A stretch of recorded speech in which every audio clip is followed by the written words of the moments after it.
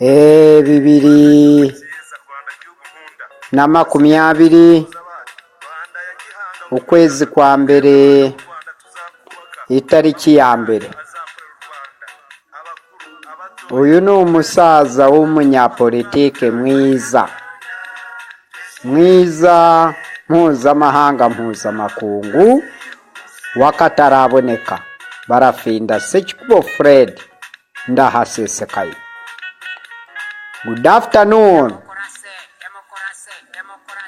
all the world people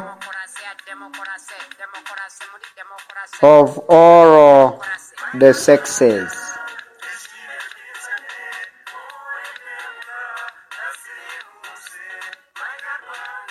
The people of near and far away.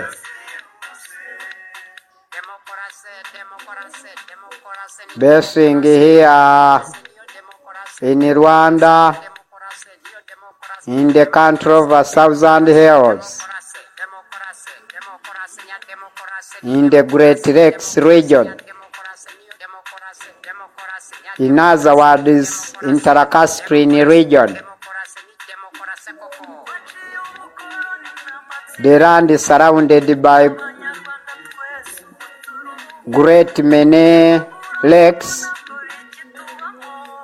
and very many rivers meandering hither and yon throughout the country.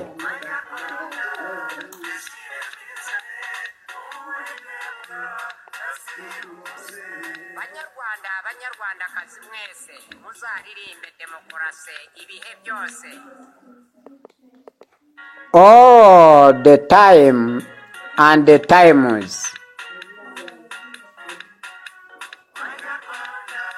All Rwandan is of near and far away in both internal affairs and external affairs. I do salute you for whatever you are doing in positive lineages. This is your world senior politician, Barafinda Sekiku Fred, the world father of the quickest democracy.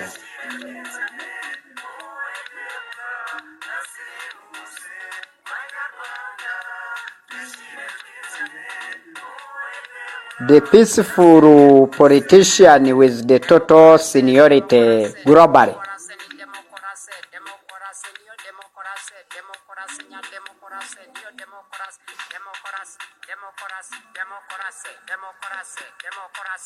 Therefore, I wish everyone in the whole world to have the most peaceful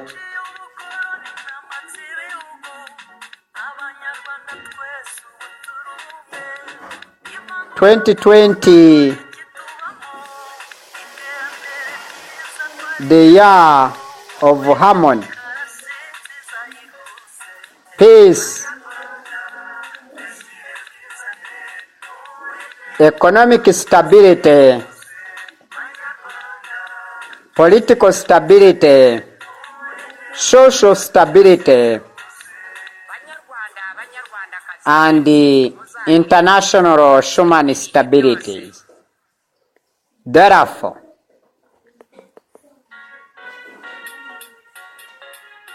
we need all the refugee problems to be solved once and for all in all lines.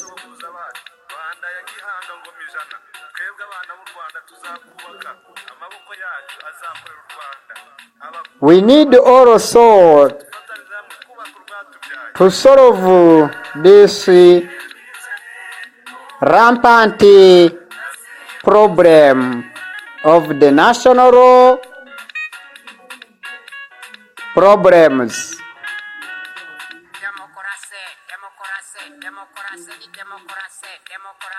All the national problems must be demolished and introduce the manual service labor.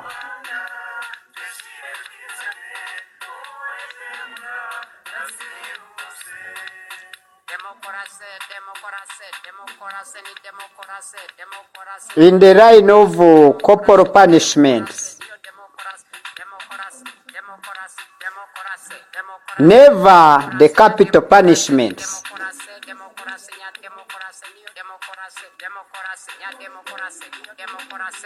From one step to another, one country to another,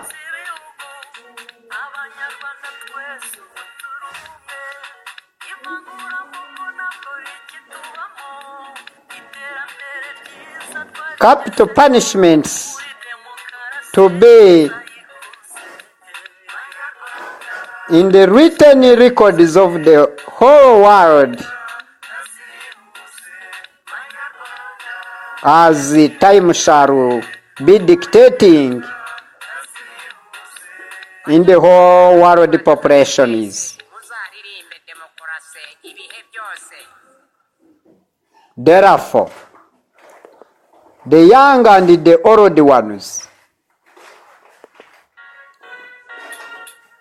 of near and far away,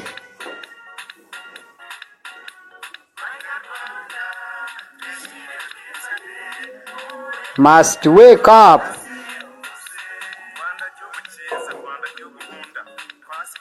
for the active positive services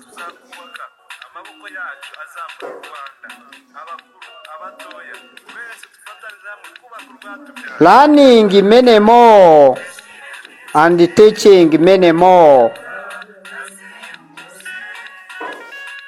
because services are more expensive than goods themselves in the whole world.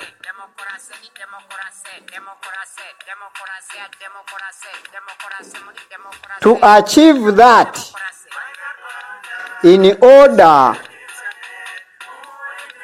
to achieve that, we need to increase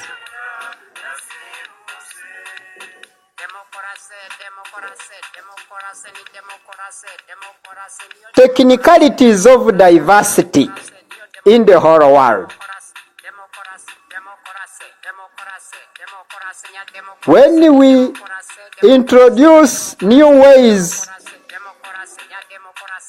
and styles of spreading the new and modern technicalities into human bolongotas,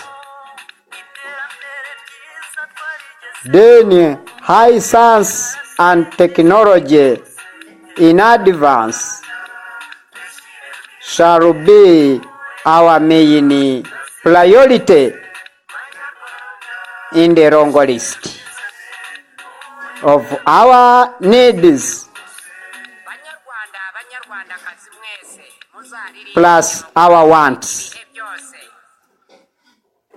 Therefore, the already human beings in all sexes, or alternatively of all sexes, you are the people with the greatest experience of long term and medium term, because you have passed through many decades experiencing difficulties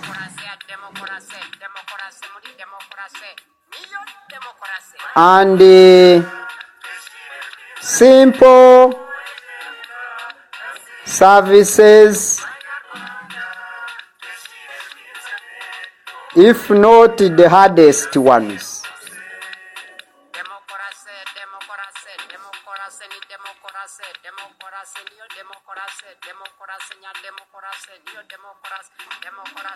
When we organize the new system and reorganize the old system,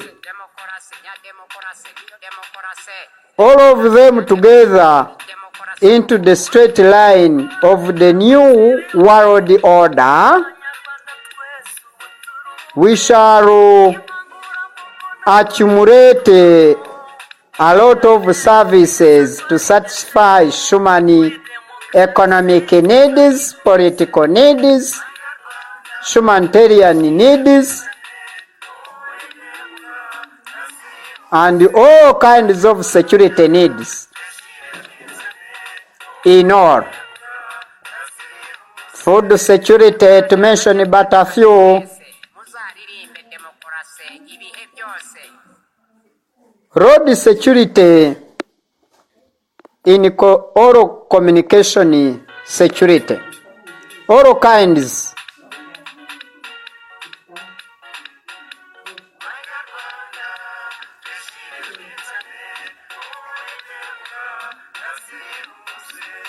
In order to fight the communicable diseases and non-communicable ones.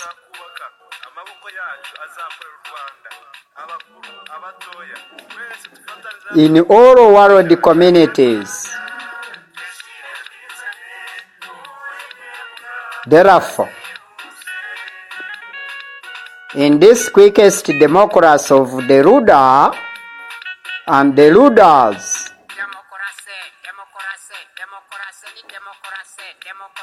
we have to teach our younger ones to become very active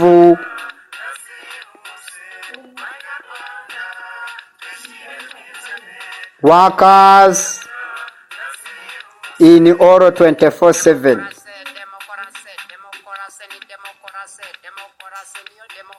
so that in case if they grow her up, they shall, however side, spread that kind of knowledge in their modern philosophies to their younger ones in all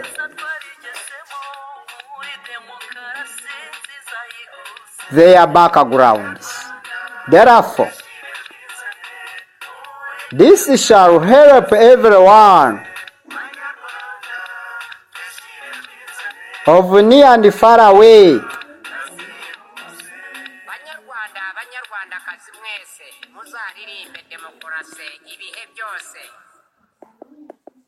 to capture courage, stamina,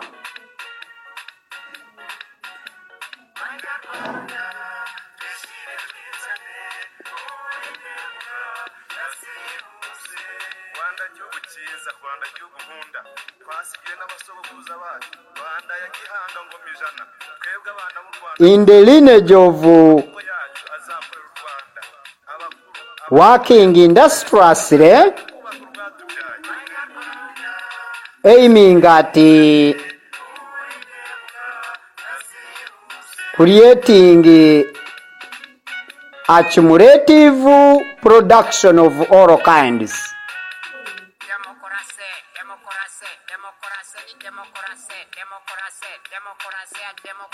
In order to spring up the state-to-state markets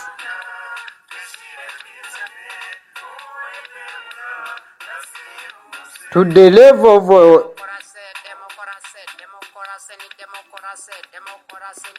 internationalizing our commodities Here I mean goods and services.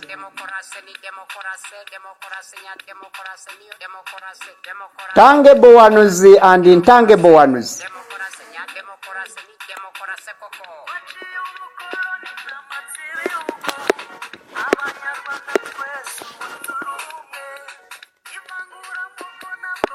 Therefore, if we keep our world population is very busy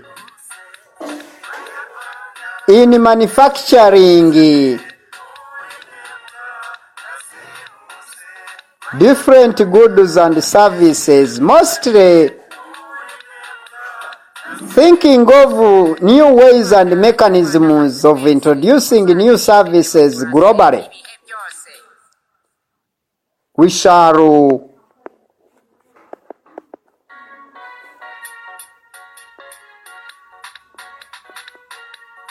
shall have accumulated the greatest services in the whole population and supply the advanced philosophy of discovering the undiscovered ones since time immemorial. Therefore, the introduction of this new kind of high science and technology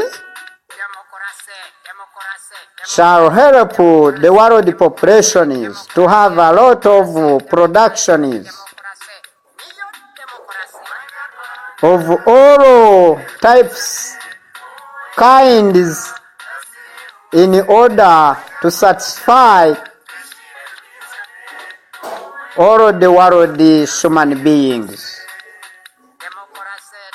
respecting all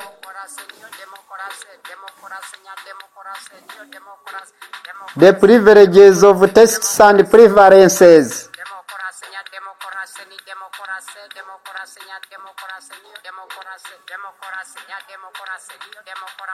satisfying one another with the new and modern tastes and preferences in the whole world as the highest goal to be achieved.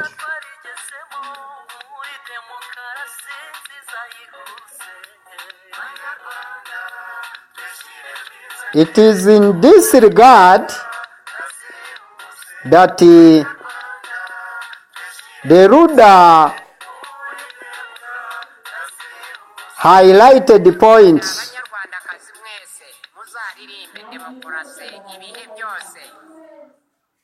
in all ways.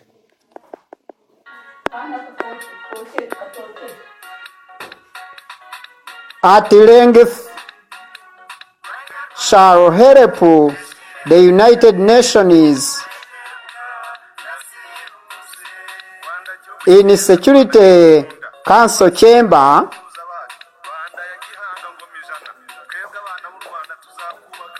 introducing new ways, mechanisms and new philosophies, accumulating a lot of commodities, goods and services to satisfy all the world human populations with all kinds of necessities, no more goods.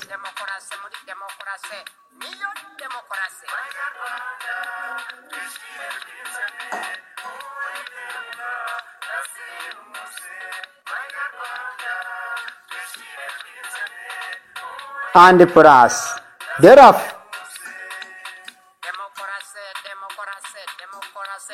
when we happen to have overproduction superseding world populations, here I mean world human populations, then we shall check out this problem of hunger and famine all over the world. Then inflation shall become history in the records of mankind.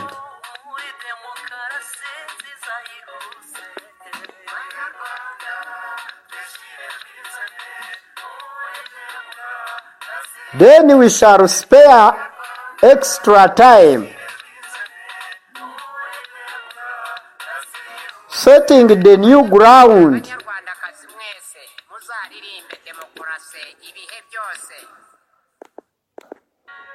of the old ones, old human populations and their young ones.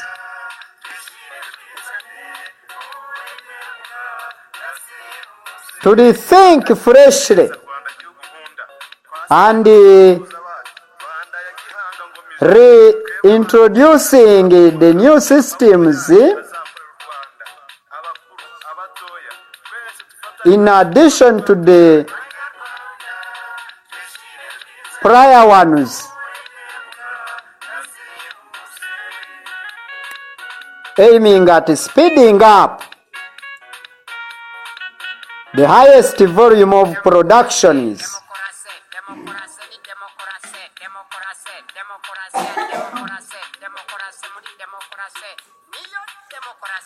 from all the cultivatable lands,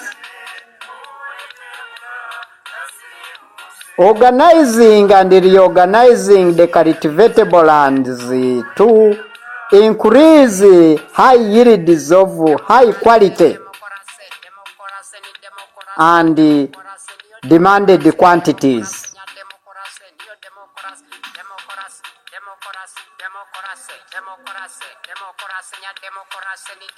And beyond the both targets.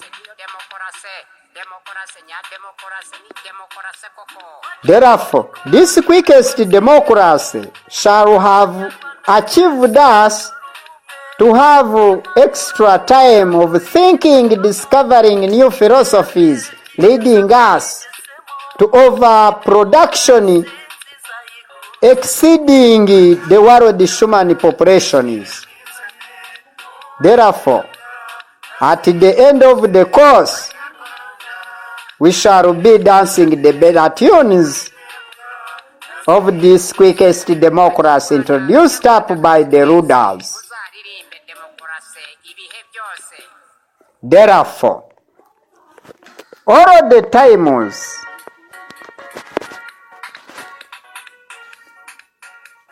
between the younger ones and the old ones, there shall be new systems of easy communication in space,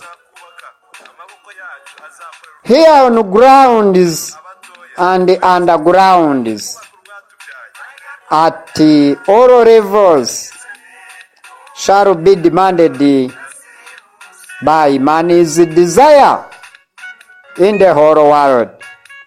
This is the new systems and mechanisms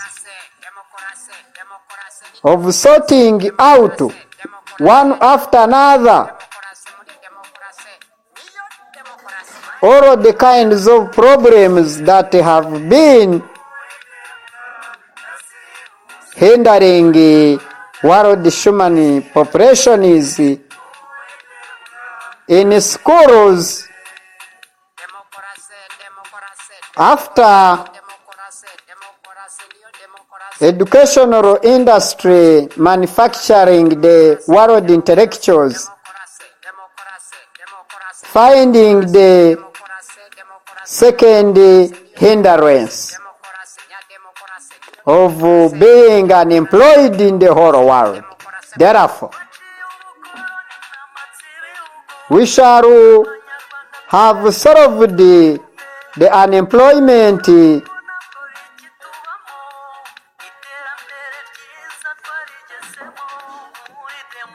drastic levels, changing the bad into good, where everybody shall be self-employed or being employed because everybody shall be so skillful and ready to introduce new philosophy leading to discovering the greatest competitive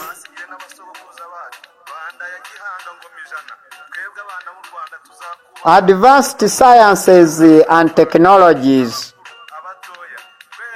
in advance.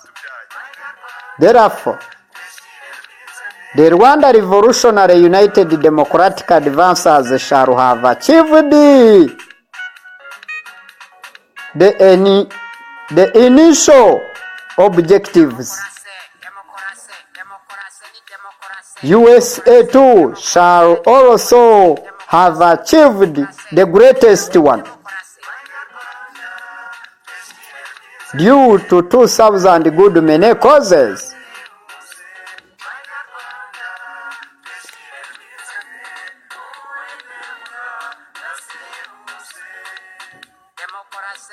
Therefore, the whole world shall have curbed down the world threat of unemployment, problems that have been existing since time immemorial in the history of human beings. That is why we the rulers, mostly the ringleader of the rulers, Barafinda sekiku Fred, the senior politician with the total world seniorities, in changing the bad into good, straightening each and everything,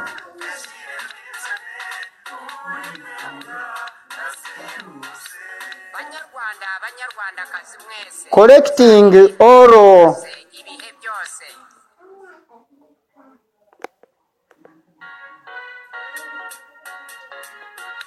mistakes and errors.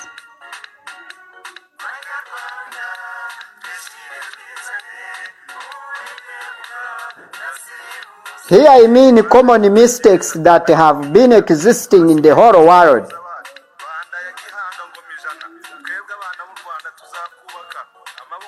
And some failures that had been or had become the world's human stumbling block to be achieved or to be curbed down. Therefore,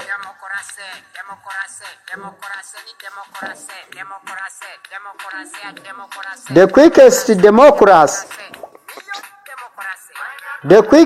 democracy shall become the new world industry, manufacturing the new modern intellectuals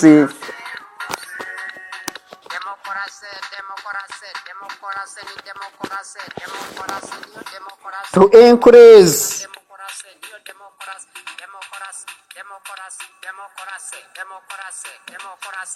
the world total production as has been needed in the last millenniums through centuries to decades due to the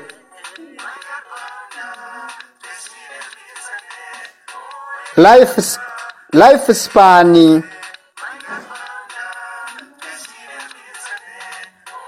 levels of human beings categorically.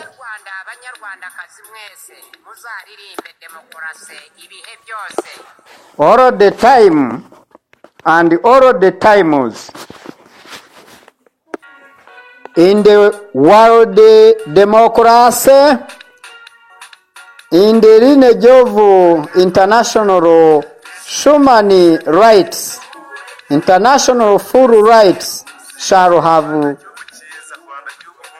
been achieved, and the new ones shall have been introduced,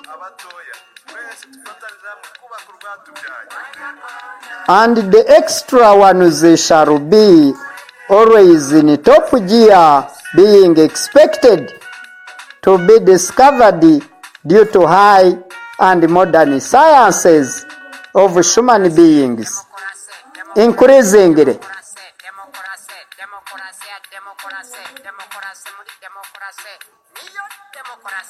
Starting from this year 2020, in the second millennium, in this 21st century,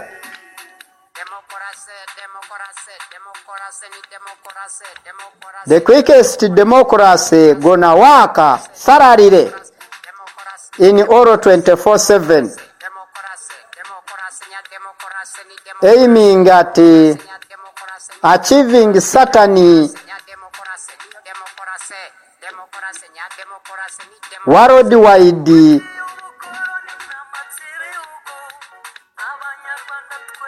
channel bundles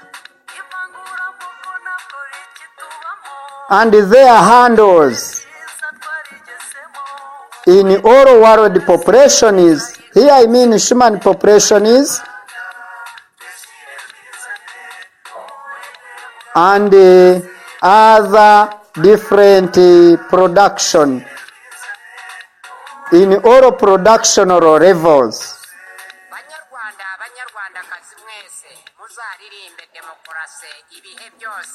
Of course. New farms, new plants,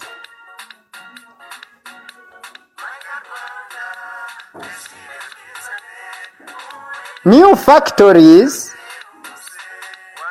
new industries, his and yours, shall be reconstructed,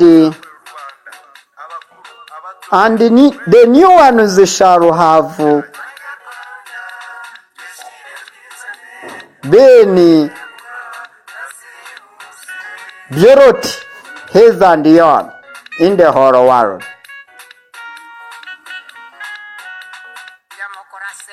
Because of the new introduction of the greatest and advanced science and technologies of different kinds being introduced by different world human populations, of highlands, lowlands,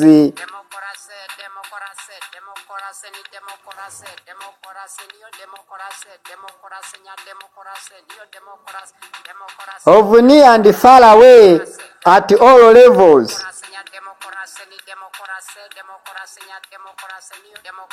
In new introduction of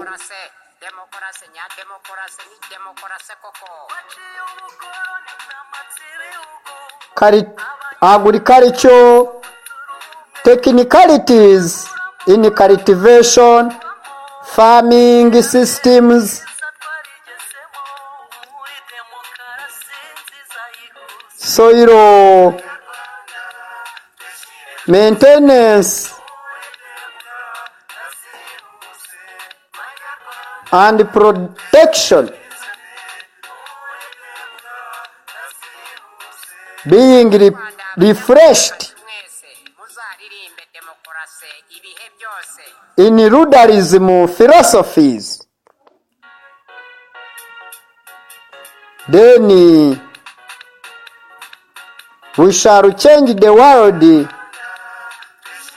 from where we joined it, we got it, we met it from, to the better place.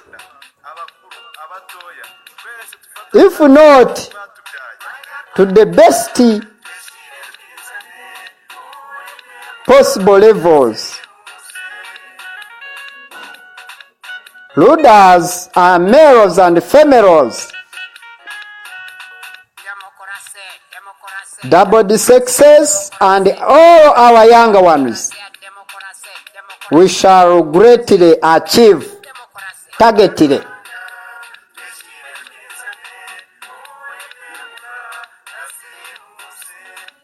Because we have come up with the new methodological technicalities in all, in advanced sciences and technologies of all kinds, in all world human diversity.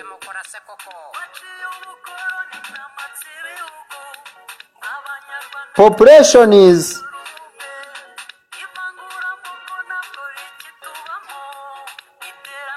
in the lineage of humanity, love, unity, impartiality,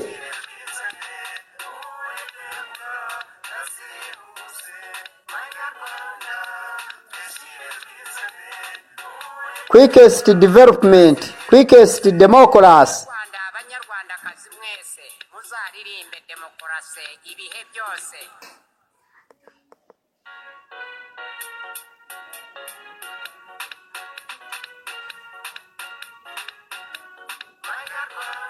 Unity and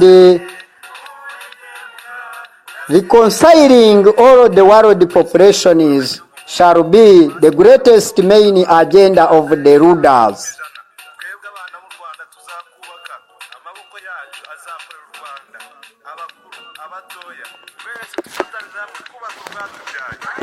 Of course, we shall also introduce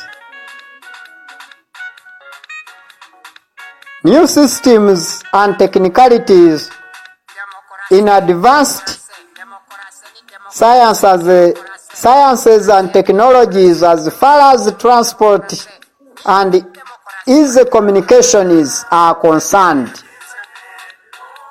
Underground communication, new philosophy and methodological approaches through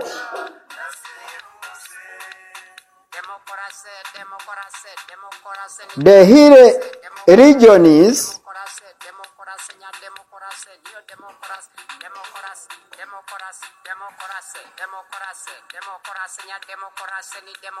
water level regions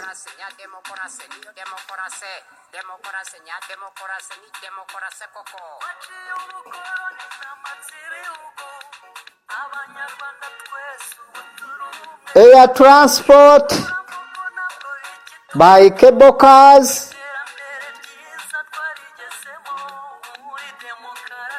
and jet systems.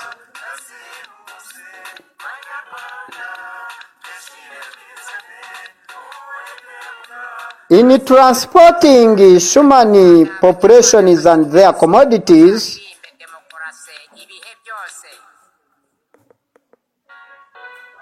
air buses shall be well controlled, observed, checked up before, to, and fro. And water transportation of commodities and goods too.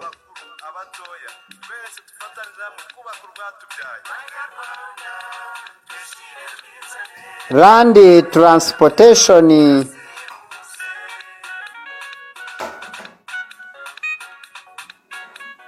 of near and far away distant journeys shall also checked up for safety systems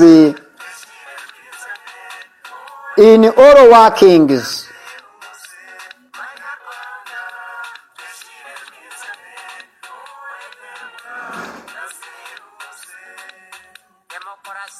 The underground transport systems shall be constructed in modern advanced way,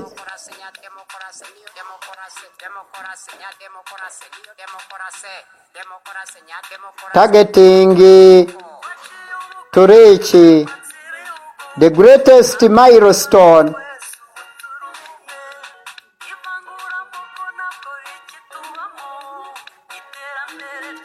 in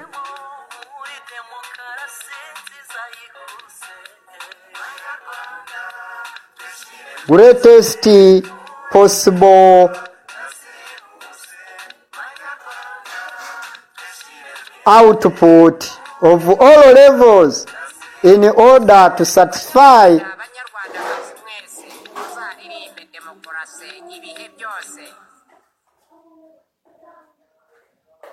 international markets.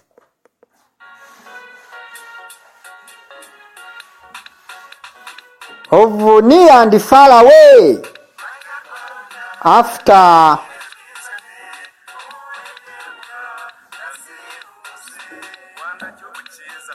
family to family, total satisfaction in all.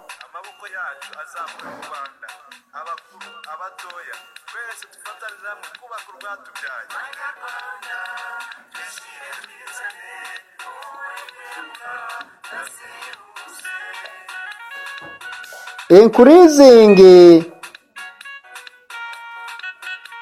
all kinds of foods to the world population is human population is and plus keeping animals in the modern systems and the traditional advanced ones with new philosophies and mechanisms aiming at increasing the greatest output from them.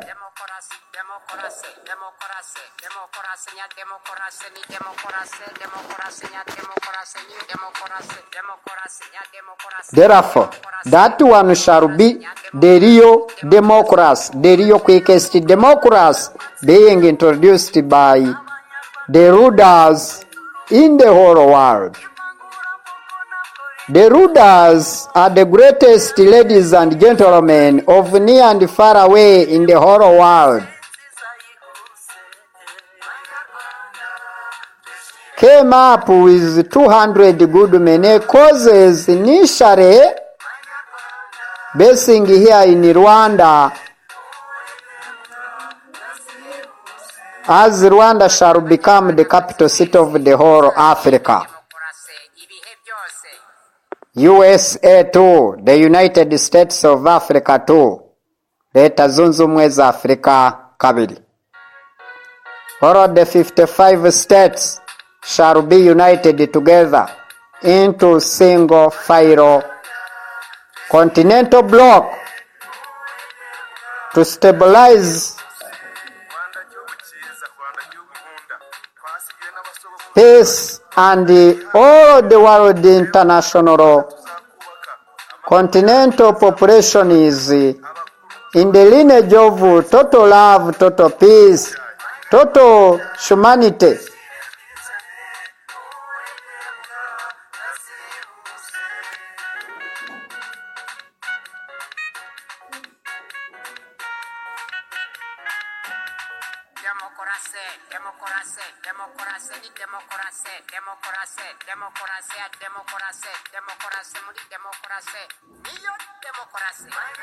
If it is the real democracy,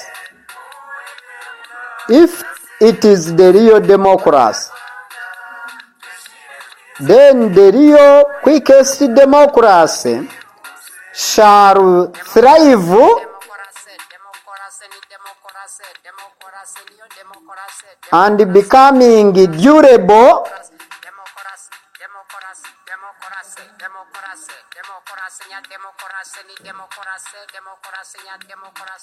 shall increase lifespan of human populations and all other kinds of living things.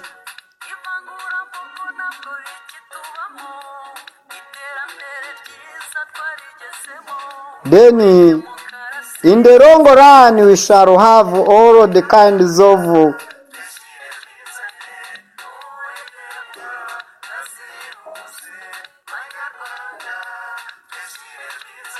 the needable kinds of productions to all peoples of all ages.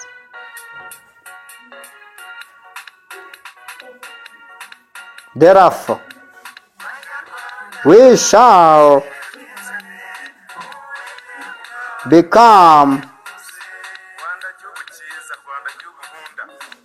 the qualitative and the quantitative human beings in our given bolongota. The active brain is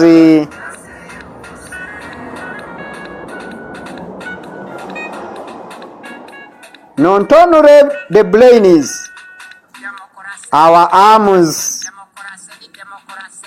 and the feet,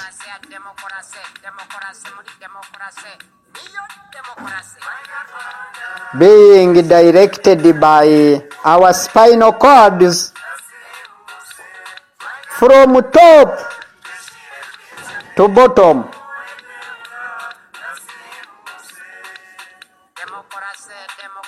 The world human population shall be the first and greatest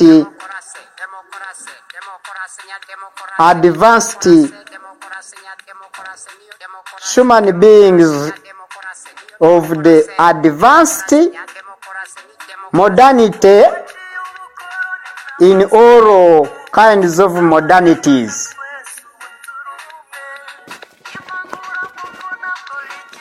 We shall secure the international populations in human beings, in world poultry,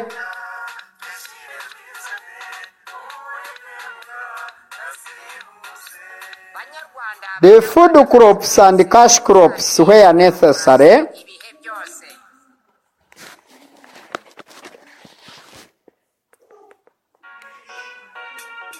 The cash crops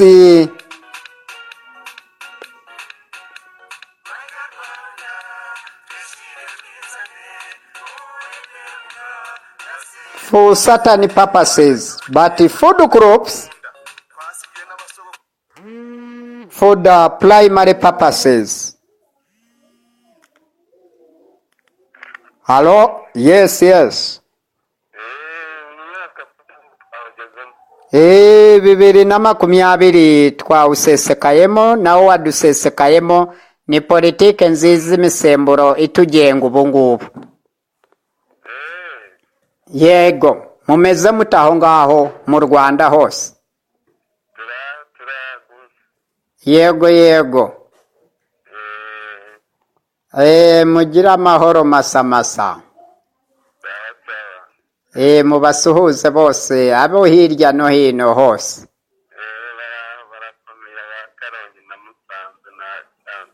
Birumvikana nanjye amakuru nayamenye Rubavu, za Nyabihu, birumvikana za Ngororero, birumvikana na za Rulindo hose baraho ngo na Bugesera mutahe.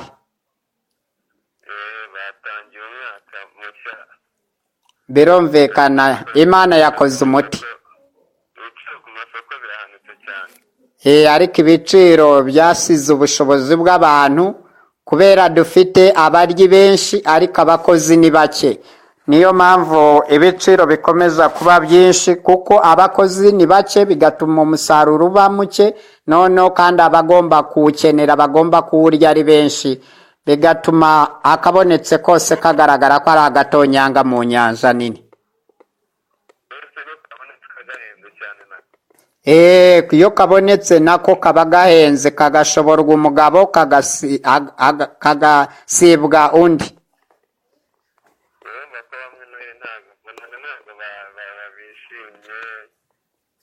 Birumvikana uhera abantu yabakandamije nk'uko ikandamiza ry'ubutegetsi bwatumye haba umusaruro muke bigenda uko byagendaga n'umusaruro muke.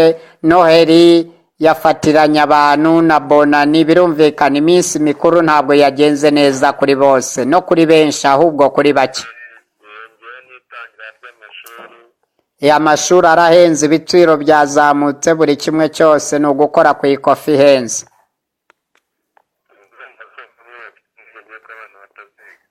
Birumvikana ingaruka nyinshi zigiye kugaragara ko benshi bataziga, n'abayigaga bose bagiye kuyata kuko ni igihe cy'ubukene bakabagabanya ahubwo bubisabwa ko bongeza.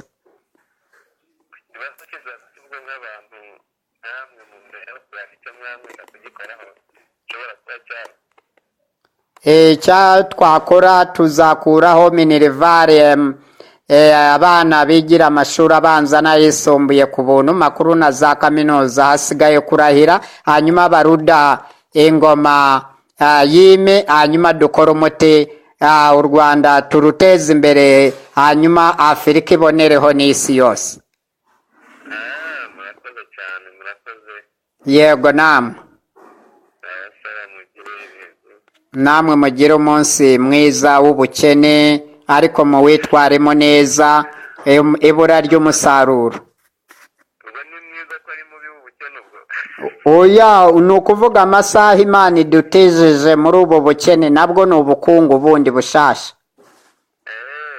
Mu izina ry'Uwiteka yaremye ibihumeka n'ibidahumeka, isi n'amajuru, amanywa n'imigezi n'imisozi. Yego Imana ibarinde twese hamwe, abo hafi n'abakure.